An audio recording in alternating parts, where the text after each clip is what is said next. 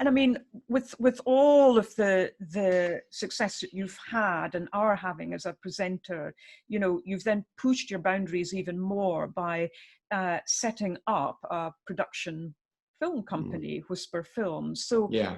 Again, was this, something that you felt, no, this feels right to go on to this next level, this next step, or was it simply by accident?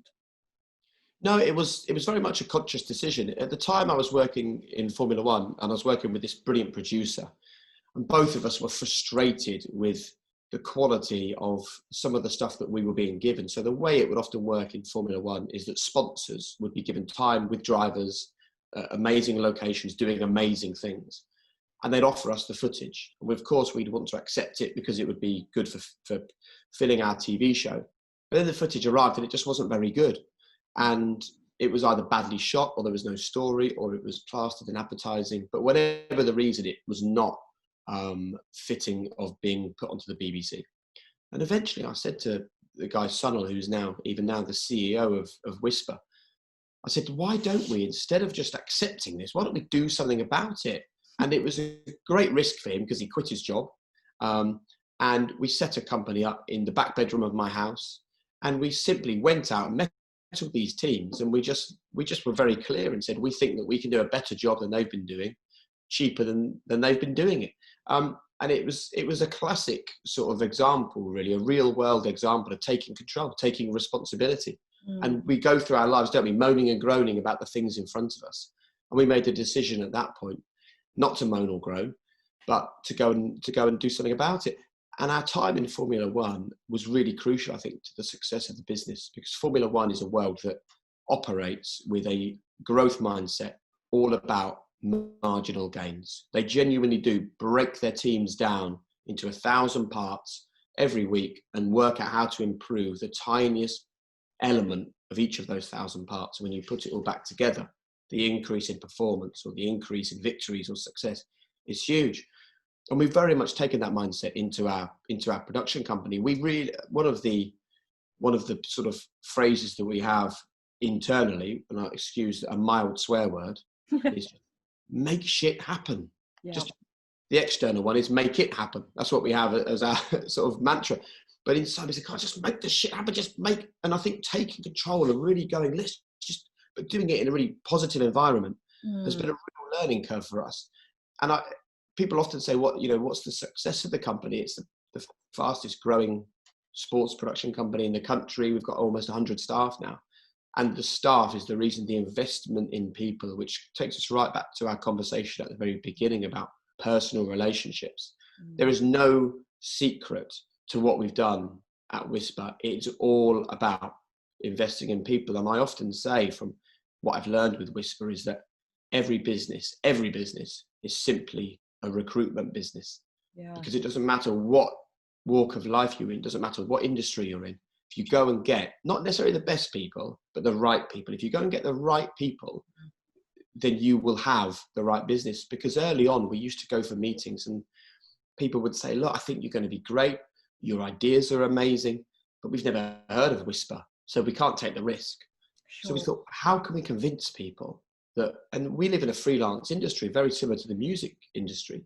We said, well, this is a sort of, so let's just go and get the people that have been doing that job before, bring them into our business, and then effectively we are, we're not Whisper, we're the people that have been doing it. So we'd then be able to say, look, forget about the name Whisper.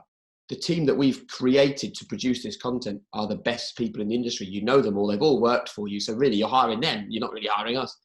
that is the biggest learning for us, is that every business is a recruitment business. Absolutely. That's so fascinating, for you to say that, because it is so true. And it goes back to many of the points in the conversation, for sure. And I think that's really inspiring because, in a way, it gives us the message that, well, every single day we wake up, we're able to make a difference somehow, and I guess that's what it is. But we want to make a difference for other people, for ourselves, for our situations, and that's really interesting. And I suppose in a way, you through your own podcast, the high performance podcast, which is hugely successful. And I guess you're trying to draw out, what it is that has made, the guests that you've been speaking with really, really amazing in what they've done with all of the highs and lows, because all businesses have peaks and troughs, for sure, but it's just keeping, as you say, just get going, get that action going, let shit happen, as you say, or make shit happen. You're right. But really, there are no shortcuts in these sort of things. But what I really like about your podcast is that you've teamed up with Professor Damien Hughes. And I think this is really interesting, and a bit like the Whisper films, the key people that you have teamed up with, and where they have had very, very different, extraordinary experiences. And so I've really enjoyed the podcasts, and thank you for doing all of those. So, I mean, what have you learned from speaking with the myriad of people that you have done through your podcast series? There's certainly some traits that exist in all these people. There's no doubt about that. The two that stand out to me is relentlessness. They are all absolutely relentless in their pursuit of what it is that they want. The second thing that you see all the time is that they are totally committed constantly. So it's about being relentless, but it's about doing it with amazing consistency. Not relentless on a Monday and chilled out on a Tuesday, recovering on a Wednesday and relentless on a Thursday. It's consistent relentlessness. And the reason why I really wanted to do this podcast was because I grew up son of a teacher and a charity worker in a tiny village in Norfolk. And I remember I used to see people doing all the things that I one day dreamed of doing. And I used to think, oh man, I wonder what the secret is to being the greatest Formula One driver in the world. What's the secret to being such a successful business when you can buy a Formula One team? What's the secret to setting up your own production company? What's the secret to being a world famous percussionist? Well, guess what? There is no secret. And that was something that amazed me when I first started working in Formula One. It's the first time in my life that I'd been surrounded by all of these high achieving individuals that I'd looked up to. And I just very simply asked the question. I remember saying to Eddie Jordan, who ran the Jordan Formula One team, and he was a self-made success story. What was the secret to being as successful as you have been? And he couldn't understand the question. And I said the same thing to Lewis Hamilton, who was racing in Formula One at the time. And again, he was like, don't know really. And I kept getting the same answer from people. And I realized that there genuinely is no secret to these people that have got to the very top, which I then thought, that is the single greatest thing I've ever heard, because it means that any of us can do it if we know how to get there. And there's only one way to get there, which is to start the journey, to believe that you can do it. And, I can set myself crazy targets, to be on the West End stage in 6 months. Now, the likelihood is slim, right? Because I can't sing and I can't dance and I can't act. But if someone said, could you be on the West End stage in 6 months? My answer would be yes.